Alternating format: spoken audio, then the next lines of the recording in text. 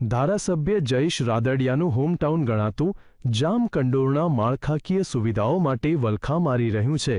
મોટા દાવાઓ વચ્ચે અહીંની સરકારી લાઇબ્રેરી શરમજનક હાલત સામે આવી છે, જે તંત્રની પોલ ખોલવા માટે પૂરતી છે। વિદ્યાર્થીઓ માટેની એકમાત્ર લાઇબ્રેરી હાલ ખંડેરમાં ફેરવાઈ ચૂકી છે। આ છે જામકંડોરણા તાલુકા પંચાયત હસ્તકની સરકારી લાઇબ્રેરી। 70,000ની વસ્તીવાળા શહેરમાં વિદ્યાર્થીઓના વાંચનના સ્થળ માટે આ એકમાત્ર લાઇબ્રેરી છે, પરંતુ લાઇબ્રેરીમાં જ્યાં જુઓ ત્યાં ભયંકર ગંદકી છે।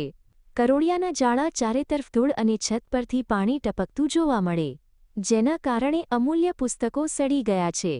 અહીં શૌચાલય કે પીવાના પાણીની કોઈ સુવિધા નથી, ઉપરાંત ઝાડી ઝાખરાના કારણે જીવજંતુનો પણ ડર લાગે।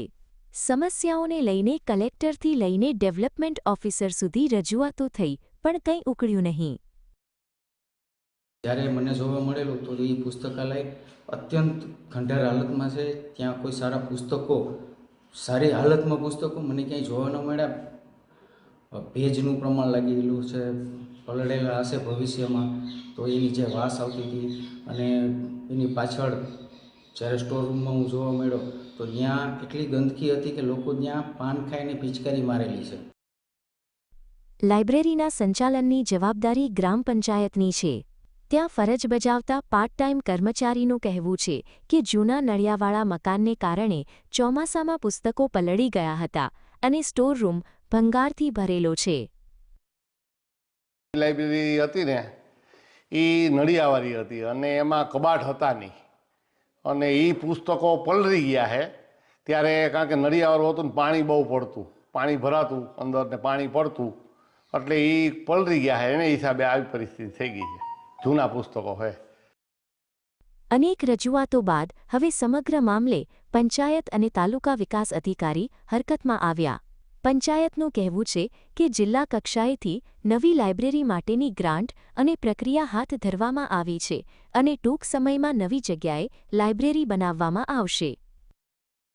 ભવિષ્યમાં જે પ્રકારની ગ્રાન્ટ વાંચનાલય માટે ફાળવવામાં આવશે એ પ્રમાણે વાંચનાલયની ગ્રાન્ટનો પૂરેપૂરો ઉપયોગ કરી અને એમાં પૂરેપૂરા એમના સગવડતા લાઇબ્રેરીમાં બધી મળી રહે લોકોને, અને લોકો આવી અને મેક્સિમમ લાભ ઉઠાવી શકે એવા પૂરતા પ્રયત્નો આગળ જે પ્રકારની વાંચનાલયની ગ્રાન્ટ મળશે તે પ્રમાણે કરવામાં આવશે।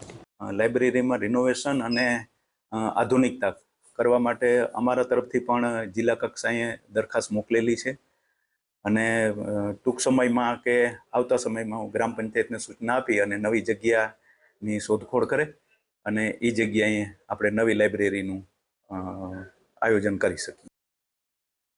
અધિકારીઓએ નવી લાઇબ્રેરી બનાવવાના આશ્વાસનો તો આપ્યા છે, પરંતુ સવાલ એ છે કે ધારાસભ્યના પોતાના જ ગામમાં આવી પ્રાથમિક સુવિધા માટે લોકોએ શા માટે કચેરીઓના ધક્કા ખાવા પડે છે? શું જામકંડોરણાના વિદ્યાર્થીઓને ખરેખર એક આધુનિક લાઇબ્રેરી મળશે કે પછી આ માત્ર કાગળ પરના જ વાયદા બનીને રહી જશે? આશિષ મહેતા, GSTV જેતપુર।